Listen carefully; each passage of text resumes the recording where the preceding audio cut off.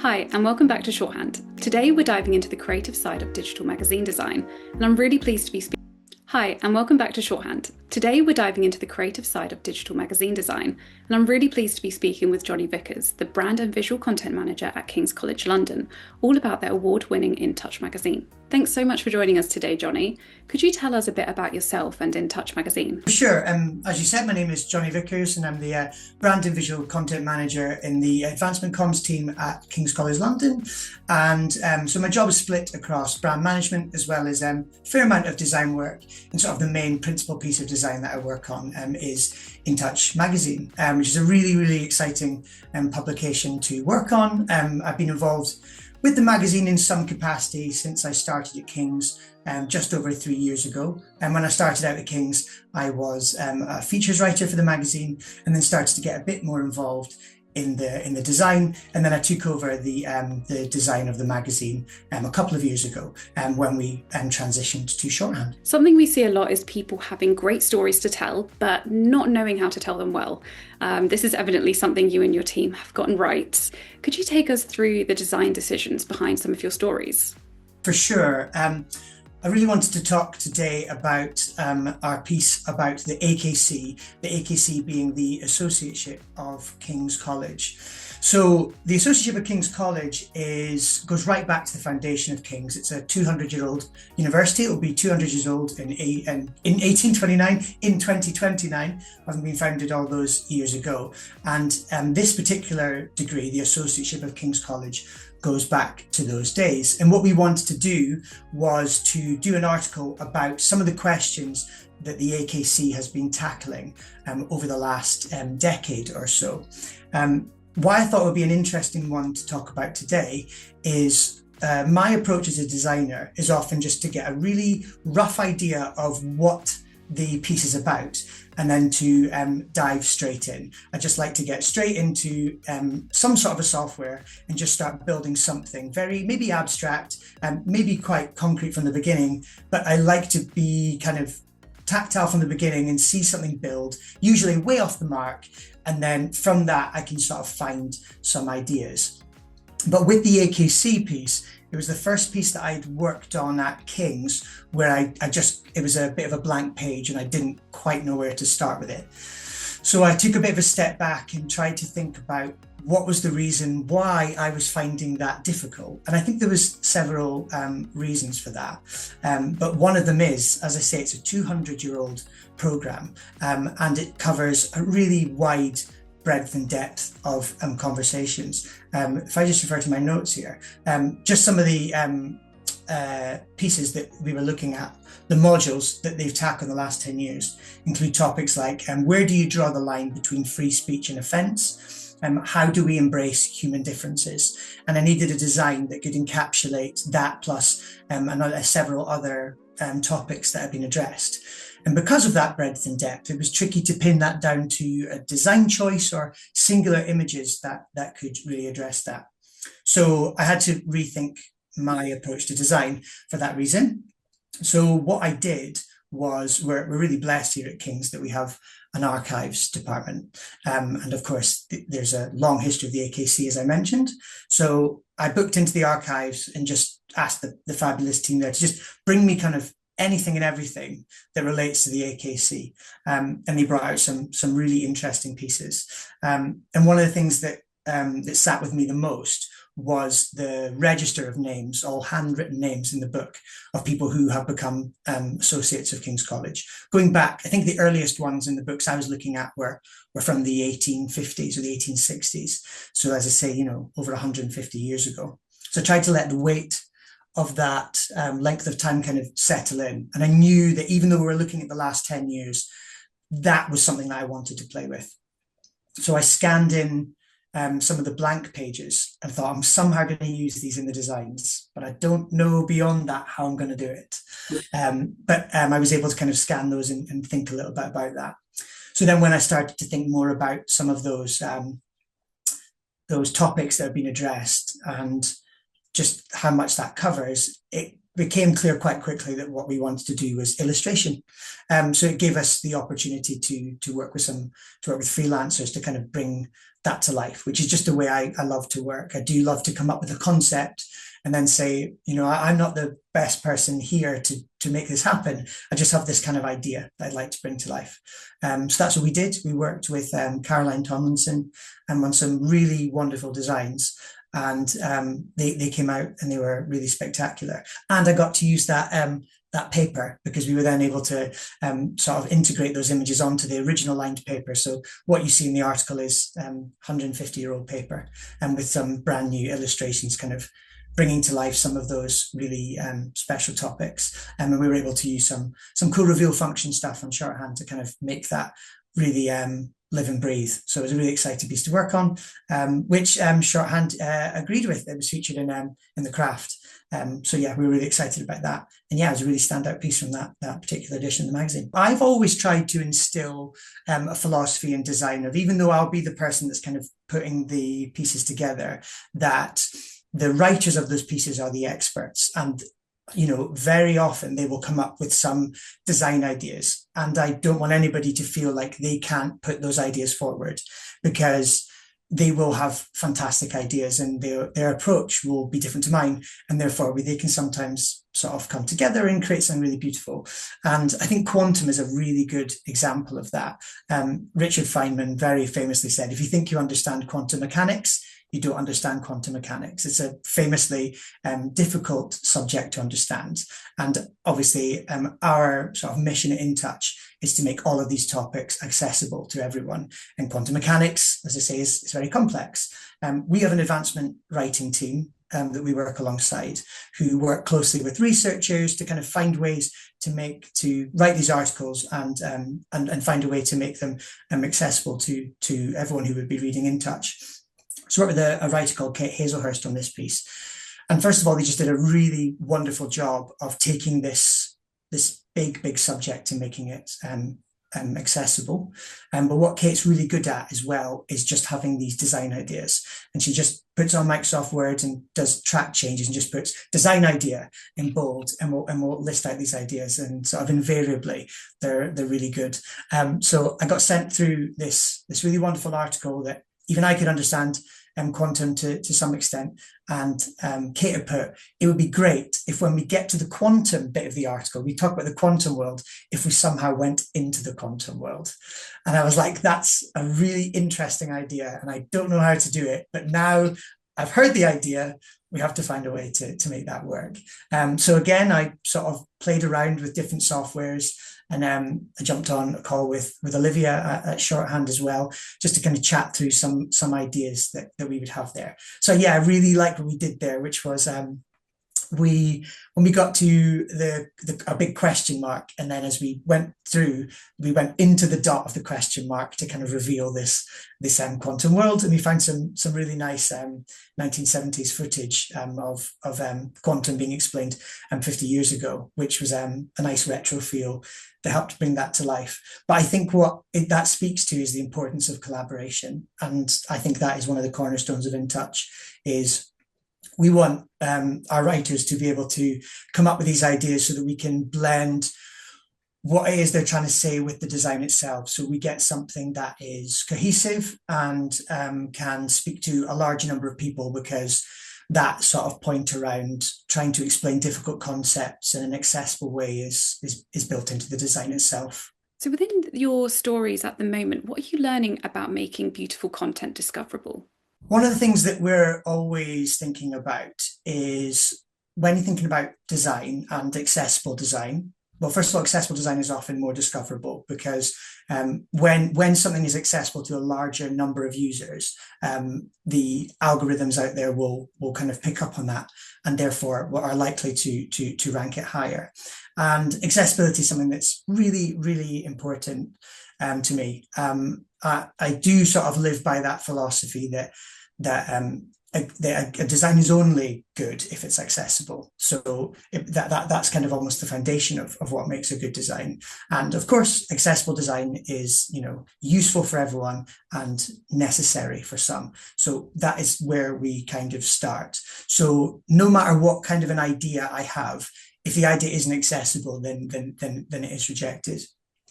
So when thinking about the piece we did with DJ Cuppy, who's really, really fantastic, personal alum of King's, a DJ, a philanthropist, doing really, really exciting kind of world-changing work. I wanted to find a way to kind of show off their sort of vibrant personality in a way that was accessible. So thinking about things like video content, making sure that we can make that as accessible as possible, thinking about even just the basics of accessible color, making sure all those things kind of match up really matters. And if these things don't work, then we can kind of we get rid of those elements so that it is accessible.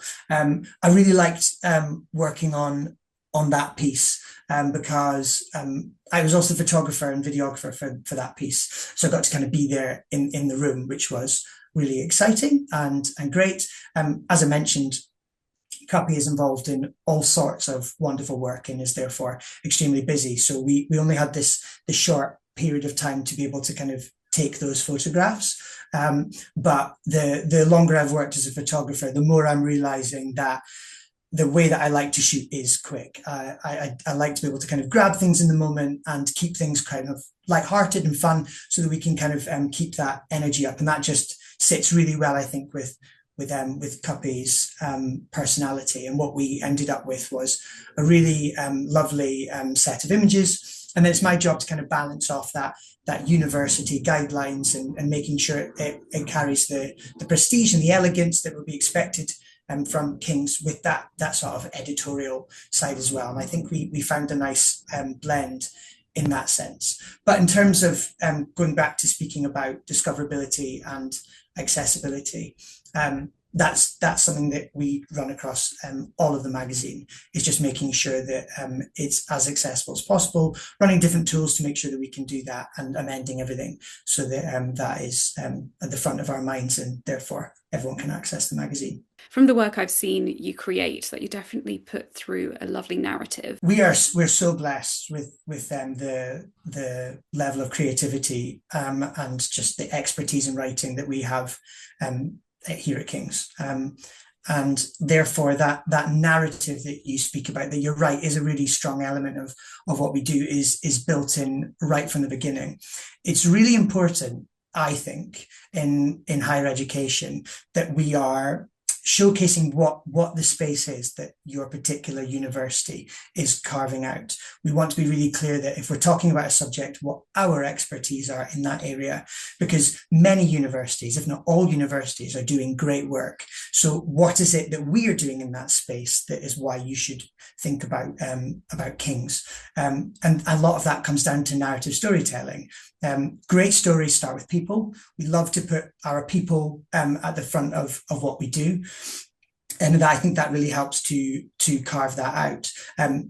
As I said at the beginning, when I started on InTouch, I was involved as a writer. And I think that's really helped from the design perspective to remember that whatever it is that I'm designing, that we're telling a narrative story. So what is it that we are trying to say? How do we keep that narrative alive? But truthfully, most of that comes from the quality of the writing, which we have here. So yeah, I'm assisted in that sense beautifully by the team. And with your stories, is there ever like a template or structure that you follow, or is each story completely unique and you approach it with a blank slate? I think I try to start from a blank slate.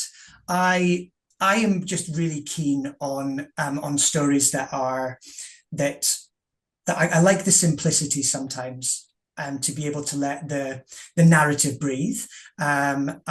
So from that perspective, I think starting a blank is really nice, because you say, here are the words, and we need to let them tell the story, and everything else is just to assist with that. So if there's something that And like many designers, I like pretty things. So it's great to have these really cool concepts, and we could do this and we could do that.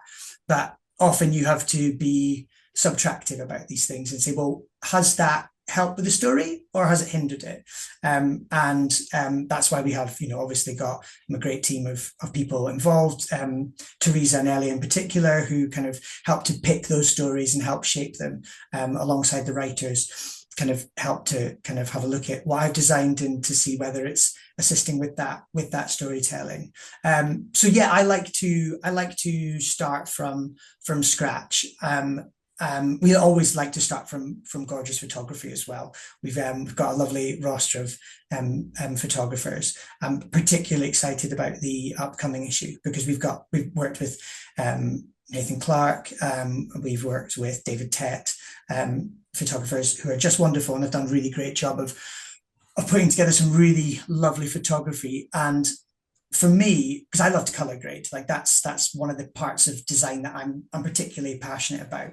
And I can often get sent these pictures that are already just so gorgeous, and then I color grade them, and even just that color grading and like the subtlety of light and shade and vibrancy can start to tell its own story. And therefore that will already influence the design. And if you can get that color grading right and you can let that photography speak, then all the other elements that are there help to feed into that. I think that's really beautiful.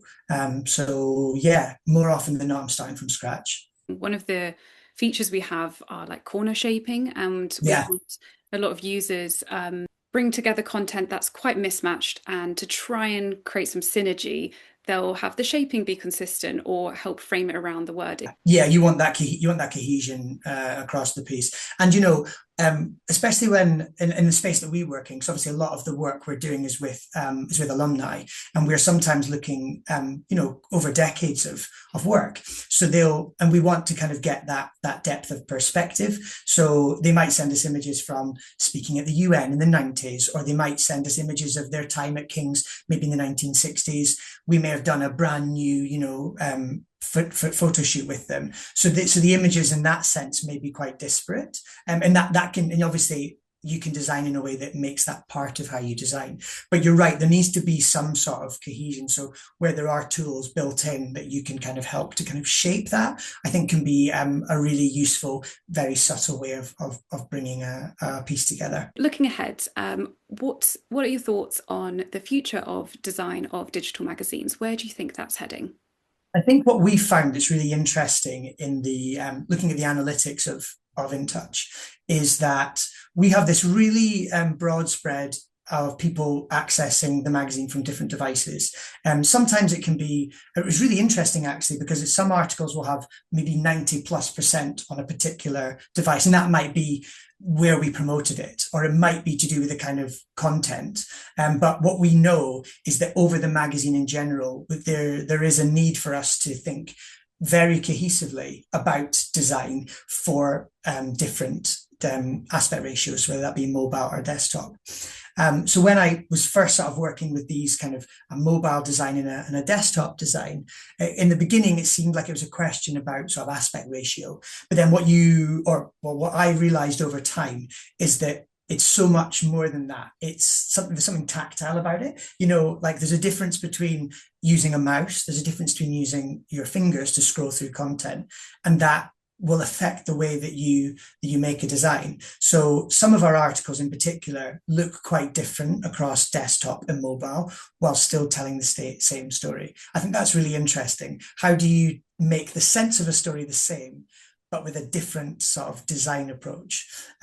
So in terms of the future of digital design, I think that that's only going to become more and more important, like how we think about a desktop design, how we think about mobile design. I was talking with friends of mine who work in the music industry, and the comparison with them is how when you do like you master a track, you always have to think about what it sounds like on a £10,000 pair of speakers, but you also need to listen to it on a cheaper pair of headphones. And then, the car test, as it's sometimes called, where you just listen to it in a car. And that's true of design, of course. Wow, doesn't this look spectacular on my desktop? And then you see that you don't have that same responsiveness and that same connection on mobile. So you have to be really mindful of that. So that's something that we think about all the time with InTouch. And I think that's going to be more and more important in the coming years. That's sort of another level to the conversation that people are having of print versus digital. It's not it's recreating that print feel of like turning the page and taking it in. But now what we should be talking about is the differences between each devices. And that is exactly what you're speaking to, the scrolling versus on a mouse versus on your phone. It's a completely different experience. It's a completely different experience. And therefore, if you want to have the story land in the same way, then you kind of need to think about those in two different ways. But it's quite exciting to be able to see how you can translate those things. And it's lovely because sometimes you design something with a big screen in mind and it just looks wonderful on mobile, and sometimes it doesn't. So having that flexibility to be able to design for mobile and desktop is is incredibly helpful, and I think is partly why InTouch has performed so well over the last year. And of course, congratulations on the award win. That's very thank you. deserved. It's super clear the thought that goes behind all of the design choices for InTouch, and so that's a very well deserved award win. Yeah, we're really pleased about that. It's Case awards are a really big deal in higher education, so it was lovely to be recognised for that. As I say, the team that works on this, we work so hard. It's a wonderful team that I work with, and it was lovely to get that recognition. Well, thank you so much for your time today, and thank you everyone for watching. I'll leave links to the InTouch magazine in the description so you can explore all of the stories that Jonny has talked about today. Thank you so much for joining us today, Jonny. You're so welcome. Any chance to talk about InTouch, I will take. Thanks again for joining us, and have a lovely rest of your day.